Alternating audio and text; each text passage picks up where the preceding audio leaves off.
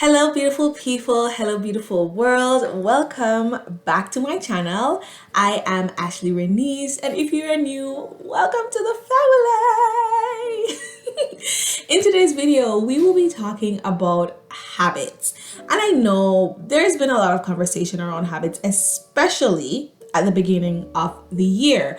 But as we close out this first quarter of the year, I just wanted to talk about 5 habits that I have adopted out of necessity. And these habits have brought more joy into my life and have allowed me to feel a lot more purposeful in my day-to-day living. But before we get any further, don't forget to hit the subscribe button to officially join the family. And don't forget to like. That way YouTube knows that you like my content, you like seeing my face, you like hearing my voice. Okay, because if you don't hit the like button, they ain't gonna know. And turn on your post notifications. That way you'll get notified when a new video is available. So without further ado, let's jump into the video. So what is a habit? According to Google, it's an action that is almost like set and it is hard to give up. But for me, I look at habits, yeah, they're right. Okay, it's Google. Though you should question things, but it's okay. It's Google. Now, though they're right, for me, I more so consider habits as things that I do daily or at least regularly enough for them to become a staple in my life. Now, I wouldn't say it has to be something that's hard to give up because sometimes habits be easy to give up, okay? But from when I am speaking about habits today, I'm gonna be talking about it from a place of these are things that I do regularly that I enjoy. For our conversation today, we'll be working from that definition. The definition of an action that is done regularly. And it adds some sort of value to our lives. I know not all habits do that, but that is a definition that we'll be working with today. Okay? Okay, awesome. So before I jump into listing off these habits, I really want, while you're watching and listening to me, I don't want you to think that this is going to be another list of, drink your vegetables. Drink your water, eat your vegetables, go on a walk. It's not necessarily that, or, do time blocking. It's not that, okay? Because I recognize that the productivity culture has almost monopolized habits. Like capitalism has monopolized the conversation of habits. And whenever I hear persons talk about habits, they're speaking about it from a place of do. You have to get this done. You have to get that done. You got to be the best. And it's just like, first of all, can you calm down? Second of all, that's not all that habits are. Habits can just be these things that we do regularly that adds value to my life, even without me being quote unquote productive. Because we have to remember that this capitalistic society wants us to be productive because that's how they make their moolah. Yeah. Better have my money. That's how they make their money. So as we're talking about it, it's okay. You can let your guard down. That's not what I'm gonna be talking about. I'm gonna be talking about real core habits that will really help us to experience more joy and to live life and love it. But of course, I'm talking about it from my perspective, but I'd love to hear your perspective down below. So feel free to comment. All right, let's get into it. Habit number 1 that I have adopted out of necessity and to bring more joy into my life is daily movement. And I classified it as daily movement and not exercise. I did that very intentionally because I remember when I used to think about exercise, before I thought of exercise as movement, I used to think like, oh my gosh, it has to be so strenuous. It has to be, a 30-minute HIIT session, or I have to be running up a hill out of breath. And then once I made that switch to, well, it's just good to move my body on a daily basis because we become so sedentary, right? So if I can just move in whatever way that feels good that day. So some days all I do is I have a dance party, turn on some music, and I just dance. Some days I go for a very, very leisurely walk. Like I'm walking like a gramps, okay? Some days I do Pilates. Some days I do yoga. Some days I push heavy weight in the gym. And some days, oh yeah, let me do a HIIT session.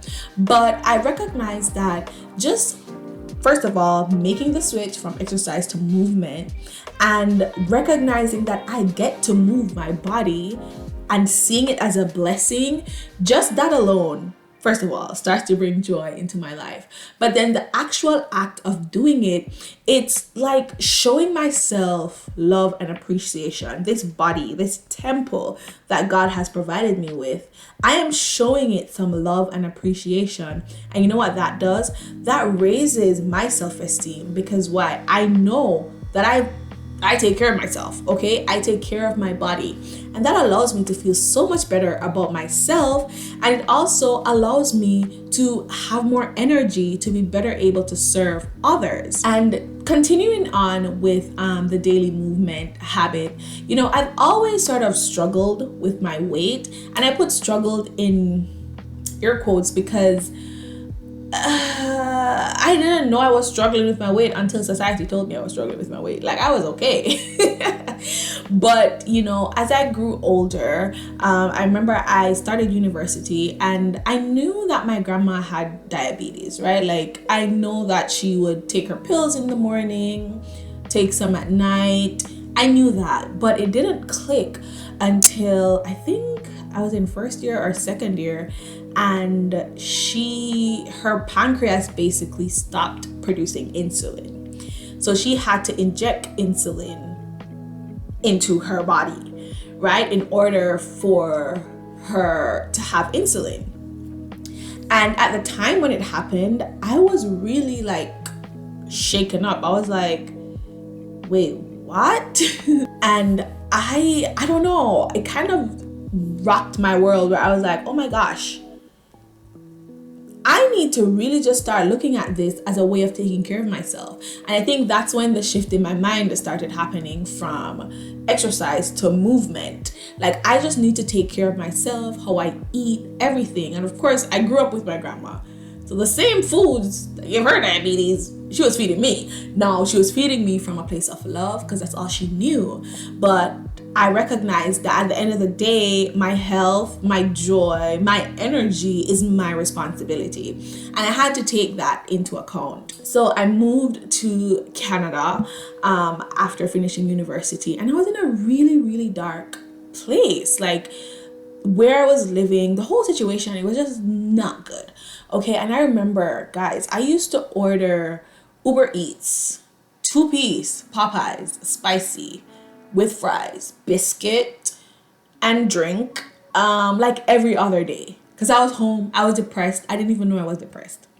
And I remember when I moved, that's when I was like, girl, you gotta snap out of this. Remember your grams. Like, you don't want that to be you. You're young. You can reverse whatever is coming. Because if I continued the way that I was going, baby girl, baby girl, baby girl. So then I started to move to feel good. I started to move to take control of my energy. And I started to think about who it was that I wanted to be, And when I thought about who I wanted to be, which is someone that gives energy to other persons, and when persons are within my presence and hear my voice and just see me, they feel good, they feel energized. And I can't do that if I'm digesting 2-piece Popeyes, like or if I haven't moved in 5 days and my body just feels so sluggish. I cannot do that. So I really had to make that switch mentally and also tune into what my identity is and who it was that I wanted to be. And once I did that, then I started to adopt that, and now if I don't move for like 2 days, I'm not gonna feel good. Now, the second habit that I adopted out of necessity is daily communion with God. And I remember when I was writing this and I wrote communion, I'm like, you are so churchy.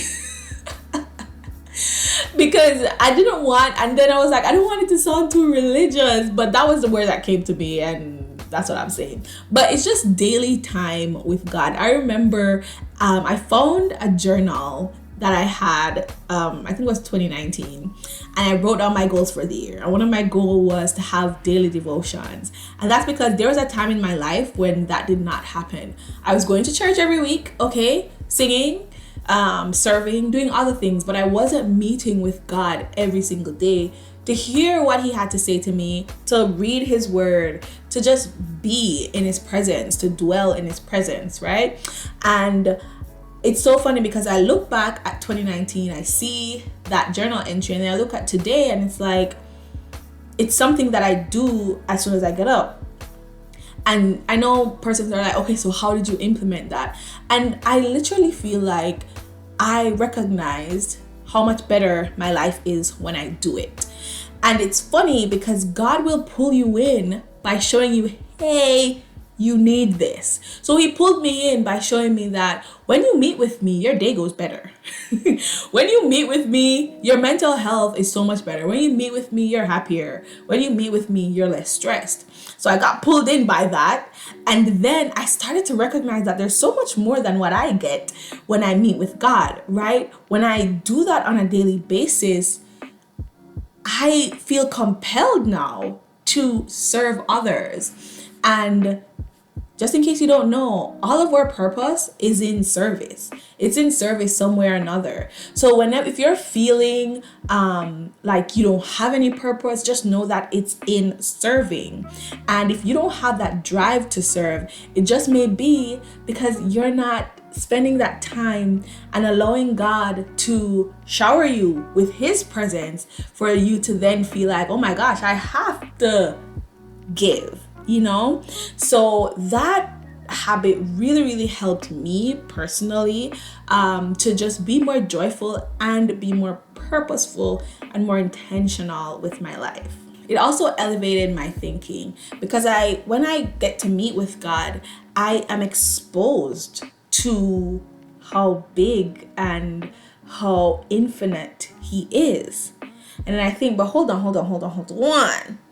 He created me.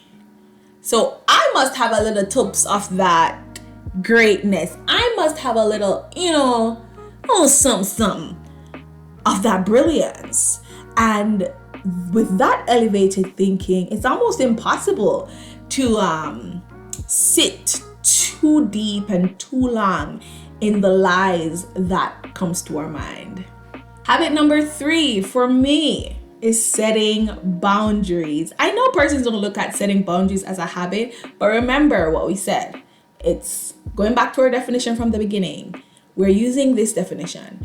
It's actions or acts that you do regularly that brings joy and peace into your life. And this one here, setting boundaries, peace. Okay. I am a serial boundary setter. And I would love to say I wasn't always like this, but I feel like I was because ever since I was young, ain't nobody taking me for a fool. Okay. And when I'm saying this, guys, please don't get offended. Don't do it. Because I know that there are persons who believe that other persons who set boundaries are selfish or they don't like people. That ain't it. But you have to realize that everyone here, you will fall into a place of selfishness where you just want what the other person can give. And especially with a personality like mine, I can give a lot of energy. I generate energy, right? So I had to recognize that, hey, gotta be careful here, because if I don't set these boundaries, then I'm gonna be very, very depleted. So becoming a serial boundary setter is really about self-preservation. And it's about self-preservation so that you can do the intentional work that you were placed here to do. So you can serve in the way that you were meant to serve. So like for me, Friday, 8 p.m. to about Sunday morning, you can't get me. And then daily, after 7, after 8, till about 9 a.m. that next morning, I'm unreachable. And you know, my parents, they always get on me for it. They're like, every time I call him, I can't get. I'm like, no, you're just calling during the wrong time. Call me during the day. I'm yours. But at night, baby girl, don't try. And if I see my phone ringing like 4 times, okay, I'm like, oh, something's wrong. I'll pick it up. But you call me once, you're not gonna get me. Okay. And I remember I used to start thinking, oh my gosh, maybe I shouldn't be like that. But guys, this is how I'm able to show up the next day full and ready to give, is because I don't feel frustrated because I had to be on a phone call with someone at 10 o'clock at night. And that's just the truth for me. All right. Now, another thing is, once I pick up bad vibes, Satan, you can't catch me again. Literally, like, no, because I have to recognize that I need to preserve myself and preserve my energy so that I can do what I was meant to do. So that's a habit that it happened out of necessity, but it happened early, because I ain't gonna lie, I've been like this. Okay, I've been like this. Maybe I wasn't like this fully like in high school. So over the years, it has progressed, which is another point.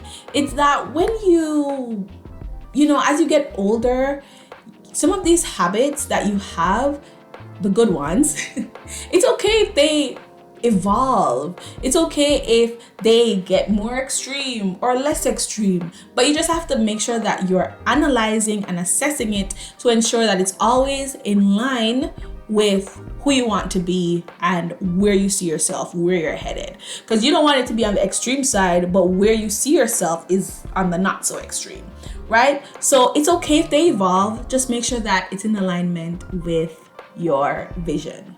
Numero 4. Self-care.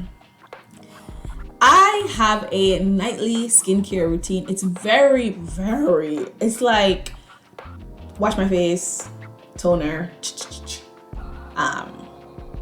shea butter, jojoba oil, done.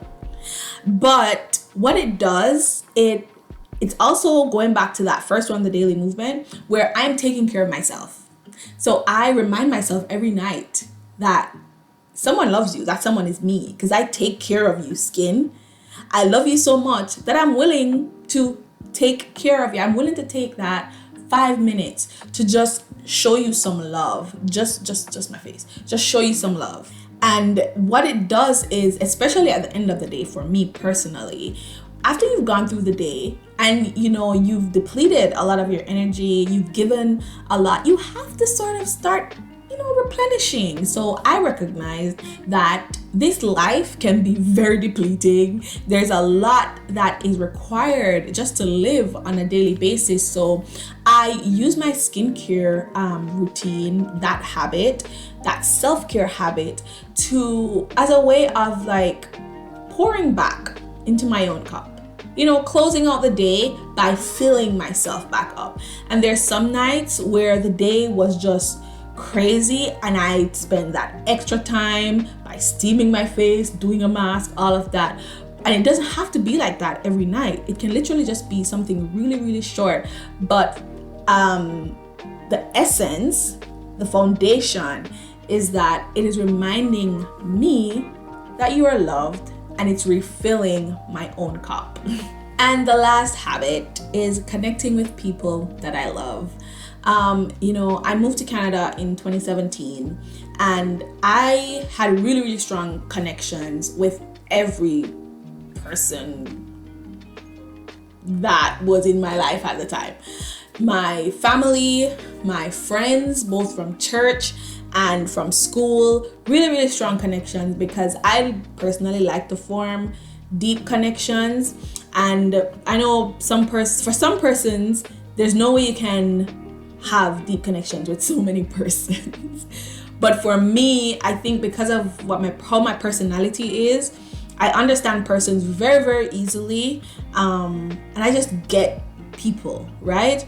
So I had connections with a lot of persons. And when I moved, of course I had my dad, which is like one of the first persons that I have a connection with since I've been born. Hello. Well, I wouldn't even say one of the first, because my mom would be the first because I was in her belly, but you know what I mean.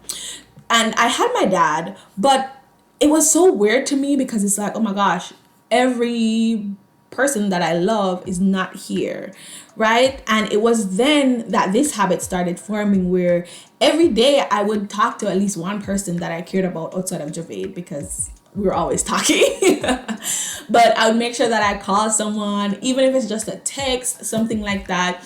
And connection is really, really good for the soul. So for me, it was super important because it helped. Again, remember when I came, there came a point where I was in a really dark space, and without that connection every day, I don't know what would have happened to me. You know what I mean? So I really, really love to connect with people. It reminds me that I am loved. It reminds me that I have the ability to love others. It's a way to laugh. I get to de-stress. And again, I get to have deep conversations with persons who are thinking the same way that I'm thinking. And then with me personally, I have a lot of facets to my personality.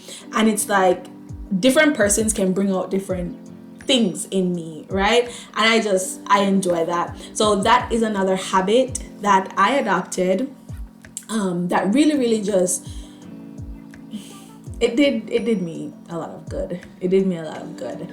And I still practice it today. I'm not gonna lie, sometimes life gets so busy, but it's really good to remember these things, because without these things, what's the point of living? Without connection, what is the point of this all? The whole reason I'm filming this video is to connect with persons that I may never meet, but for you to hear my thoughts and realize that, oh yeah, we're all in this together, or oh yeah, maybe I should implement that, or oh girl, stop talking.